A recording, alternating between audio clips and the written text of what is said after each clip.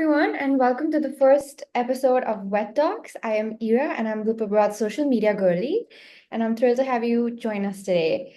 This series is all about connecting aspiring veterinarians with experienced professionals in the field, sharing insights, stories, and advice that can guide the next generation of animal care experts. And today, we have a very special guest with us, Erica Ward. Erica is a dedicated veterinarian with extensive experience in the veterinarian field, and she's also Loop Abroad's head veterinarian and academic director. Welcome, Erica. It's so nice to have you here today. Thank you for doing this. I'm happy to be here. Then, can you share your journey into veterinary medicine and what motivated you to pursue this career? Sure. So I, like many people out there, always wanted to be a vet. I know it's not the same path of everyone, but from a very young age, it's pretty much the only thing I ever considered doing.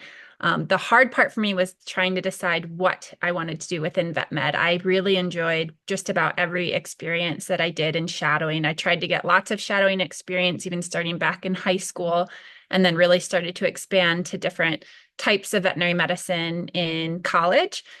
It wasn't until I was in vet school that I started to do a little bit more with wild species, wildlife type veterinary medicine. And that was when I traveled to Thailand. I went kind of a volunteer vacation type thing with an organization, and I fell in love with captive Asian elephants and their plight and everything about them. I felt like I truly found my passion when I was there. I returned home and started planning more trips to go back. And I rearranged my clinical rotations to spend about 3 months in Thailand to learn about and shadow veterinarians, elephant veterinarians in the field. And I was super lucky that I was offered a job, a position to start right away, right after vet school at one of the elephant sanctuaries there. And it wasn't a hard decision for me to make. I just packed up my bags, and 4 days after graduating from vet school, I moved to Thailand and really found that to be my home. I lived there for about 8 years, working at the sanctuary for about 2.5. I loved working at the sanctuary. I loved kind of spreading awareness. There were lots of volunteers that came through. There were veterinary volunteers, vet students that would come and shadow. And that's kind of where my passion for teaching and really spreading awareness about the plight of Asian elephants really started to. And that was probably the part of my job that I grew to love the most, is teaching what I had learned and passion with others. And years working full time at the elephant sanctuary, I joined Loop Abroad full time.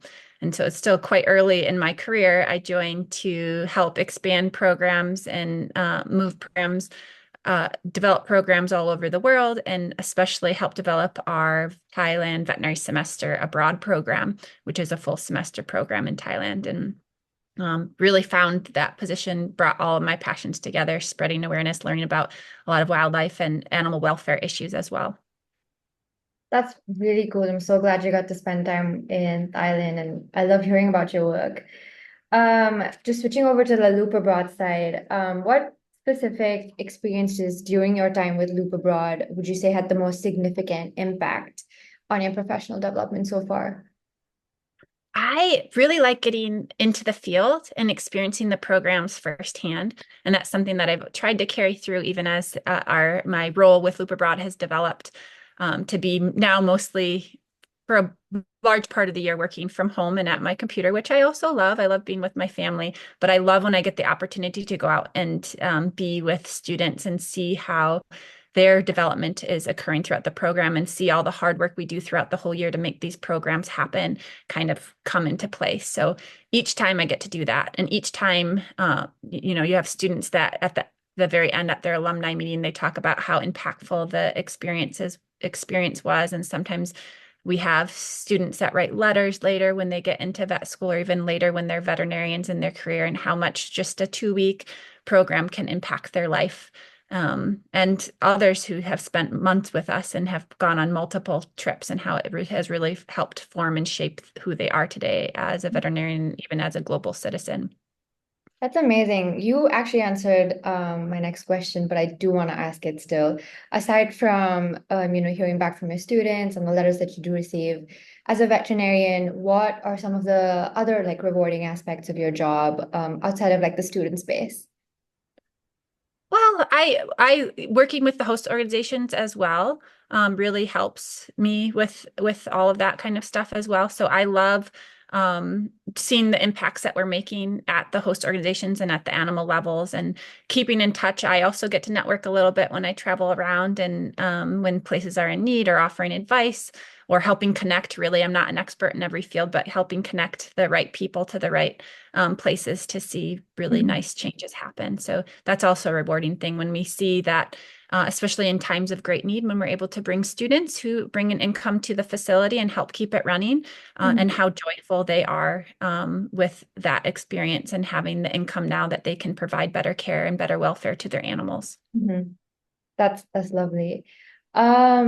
Switching gears a bit again, can you describe a particularly like challenging case you've maybe encountered in your practice so far and any like helpful advice that you've like learned from it? Sure. So there's so many that come to mind, but starting way back in the very beginning of my career, when I first started working with elephants in Thailand at a sanctuary, there was one particular case that was an elephant that had really chronic foot issues and foot conditions. And this can be life-threatening to elephants. And she just had had so many reoccurring foot issues that she became super sensitive about her feet and didn't let us get very close to her feet to do treatment. She was typically a very nice elephant, but as soon as you got close to her feet, elephants can be very dangerous. And we're not using a lot of force to force them to do anything. So she kind of knew where her boundaries were and would push back and let us know that she did not want us to get close. So we tried so many things of giving her lots of treats and rewards and habituating her slowly to allowing us to get closer and trying to build a relationship with her as a veterinarian. I think a lot of people know zoo vets sometimes don't have the best rapport with their patients because they're always coming around and poking them and doing things. But I really tried to be present around them in good situations as well. So giving them treats and just being around in different situations. But we weren't making a lot of progress. And it was really troubling me and keeping me up at night that I was worried her feet were going to get really bad. Around the same time, we had a positive reinforcement elephant trainer join our team at the sanctuary. And her goal was to train some of the elephants in protected contact where there's a barrier between the humans and the elephants, and that keeps it safe for both parties and allows the elephant to have more choice and freedom and take away the necessity for a punishment if they do something dangerous or something that is undesirable. But her goal was to train them to participate in their medical procedures. And I didn't really think that this was going to work for Danny because she was so fearful and so afraid in that situation, anytime that it had to do with her feet. But we all agreed that she was one of the cases that we really needed to try this on and see where it worked. It Mhm. worked phenomenally. Chrissy was the trainer. She did amazing work. Before very long at all, she had Danny standing in foot baths voluntarily for 20 minutes at a time or even longer, had her trained to put her feet up on bars, and I could access even more of her foot than I could before. And amazingly, even though it was painful, like she had really painful abscesses on her feet, even though it was painful, she would allow us to do the footwork on it because she knew at any point she could take her foot down. And when she took her foot down, the rewards would stop. And when she was ready to have more rewards, she'd put her foot back up and then allow us to do the treatment. So having someone who was really trained and knew how to properly do positive reinforcement training and that really changed. It changed a lot. It changed in me a lot of times. Sometimes someone would throw an idea out there and I'd be like, oh, that's never going to work. But keep an open mind and to try new things, especially when you have a really difficult case, and reach out to people. I think that that can really make really great improvements in patient care. Absolutely. And I assume it's also like really hard working with animals, knowing that you have obviously, you can't like speak with them, you can't interact with them as you would with normal like human patients as well. Yeah. Would you say that's like a memorable moment, or do you have any other like memorable like, instances from your career so far that stand out to you? Oh, there's so many. I would say with Loop Abroad, there's been so many times that because the students get to do such amazing things that I'll be a group leader or joining a program as maybe a site director or something and kind of have to pinch myself to be like, I can't believe this is my job and I'm getting paid to do this. And a lot of the program vets we've talked to have had the same moments. Of course, there's hard work always involved, but then there's also super rewarding moments. And Probably one that stands out. There's so many, but one was right after after the pandemic, when we ran our summer programs again in a new location. I spent a lot of summer of 2021 in Costa Rica. And we were just in a boat on our dolphin research program. And there was a huge, enormous pod of dolphins all around us, breaching and playing all around the boat, and just looking around at all the faces of the students and even the researchers, and how much joy was on their face. Mhm. Really just living in that moment and seeing all of this coming together. It was a really powerful reminder of the beauty and the work that we do and the impact that we can have as veterinarians and with wildlife. Absolutely. That's really lovely. Also considering that you mentioned the pandemic and there's so many changes happening in the world, even as we speak right now, what trends or advancements in the veterinary medicine field you see are essential, to highlight for prospective areas of work for students who are just starting out? That's a really great question. I would say there's been a trend over the last decade. It isn't something new, but a One Health initiative, and realizing that we all have to work together, veterinarians, researchers, human doctors, environmentalists. We all need to work together to keep our earth healthy and to help mitigate climate change and do all these sorts of things. So really collaborating across a lot of different disciplines and working together in different fields. It's kind of opened up a whole new, many new avenues for veterinarians to work outside of the typical clinical setting and get involved in more conservation medicine and doing research with wildlife and in conservation. I think that those are a really important thing to consider. Other than that, making sure that whatever practice or whatever career path you follow, making sure that you're following sustainable practices, because we can make really big differences in the choices that we make. And as you probably know, the medical field has so much waste and so much medical waste, so much plastic, so much things. So we can make small choices to help improve and improve our impact on the world and to be a little bit more sustainable. And then the last thing, there's so many, but maybe telemedicine and technology. So this is a emerging field where we're able to use digital health technologies to help provide access to veterinary medical care in places where it might not be possible, or underserved areas. So I think being aware of that and implementing that in your practice or with whatever you do can help improve patient care.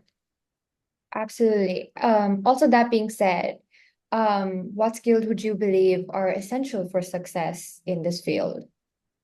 Oh, there's so many. Again, all these have so many, but probably communication skills.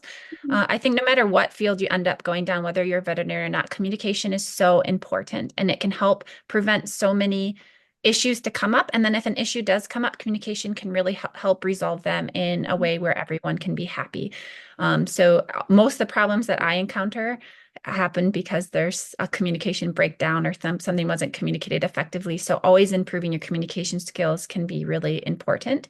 Being adaptable, I think our programs help with that as well. Just being in a different environment, sharing a room with other students, not having the choice over what is served for lunch and dinner and breakfast, just learning to be a little bit more adaptable in your life.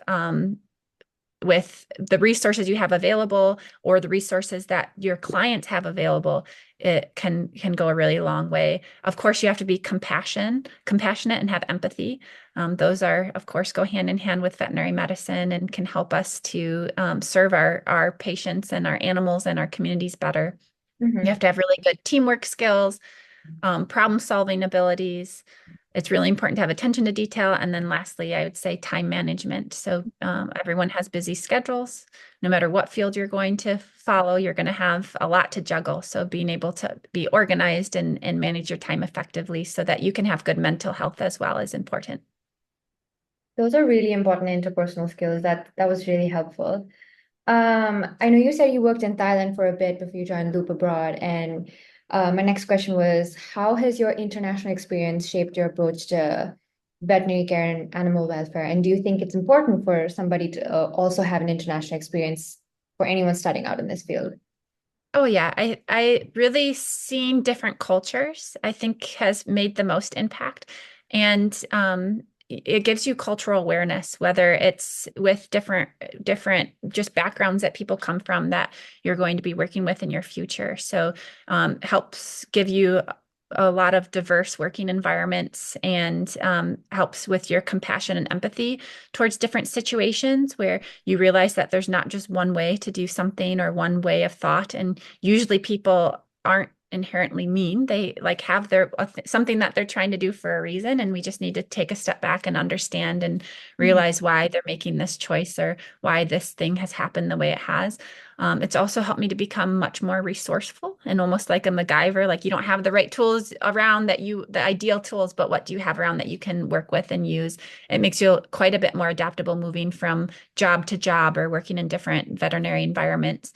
It's also helped give me a more holistic view of animal welfare, realizing that depending on the social economic status of a place, that's going to impact the amount of welfare that they can reasonably provide to their animals. When you think about what is the welfare of the people in this area, it has to, be kind of in line with what they can realistically do for their animals. And then it's also helped me collaborate and network with a lot of different people. So it's opened up a lot of ways that I can help in Right. connecting people with different organizations. That's amazing. Like tying it in with the international like experience and programs that we offer at Loop Abroad, what do you believe are like the key benefits for students participating in any of our programs? And how would you say these experiences enhance their veterinary education? Okay, so I'd say the global perspective stands out quite a bit to me. So allowing students to experiences those different cultures and give them that global perspective can help broaden their understanding of the challenges in the veterinary medicine field and conservation field and prepare them for a more interconnected world that they're going to be stepping into. And then we do provide unique veterinary experiences. So it kind of gives them a taste of different things of what it could be. So a lot of veterinarians work in general practice, but there's a lot of things you can do in your side time, or maybe you can find a true passion and follow that. And it really starts with just taking that one step and getting involved. I've known some alum of our program that then have changed the path that they were going down and have really unique careers because of that. And then it helps with mentoring and networking. So not only do you build friends on the program, you work with several different veterinarians, both your Loop Abroad program veterinarian, often veterinarians at the host organization or center, other host organization people that can help network and can help provide opportunities for you in the future to help further your development. Well, thank you for that. Just to wrap things up, my last question would be, what advice would you give to students currently in veterinary school or those considering a career in veterinary medicine? I would say stay curious and open-minded. Make sure you build relationships, even though I'm quite an introvert myself, but try to put yourself out there and build relationships with people around you. Get involved with in advocacy and community service as well. That can be a true passion and joy in a way that you can help bring veterinary medicine and improve the lives of animals everywhere. And then just trust your journey. So sometimes you're faced with a decision and you don't know what is the right one to take. Should I take this path or that one? Just go with what you think is right for you in that moment and just trust that it's the right decision for you at that time. And I think that will help get you where you need to be. Awesome. That was really helpful. Thank you so much, Erica. Thank you so much for speaking with me today on this Vet Talk series. And if anyone has any questions, they'll probably drop it in the comments and we can answer them as and when they come. But thank you so much. You're welcome. Thank you for having me.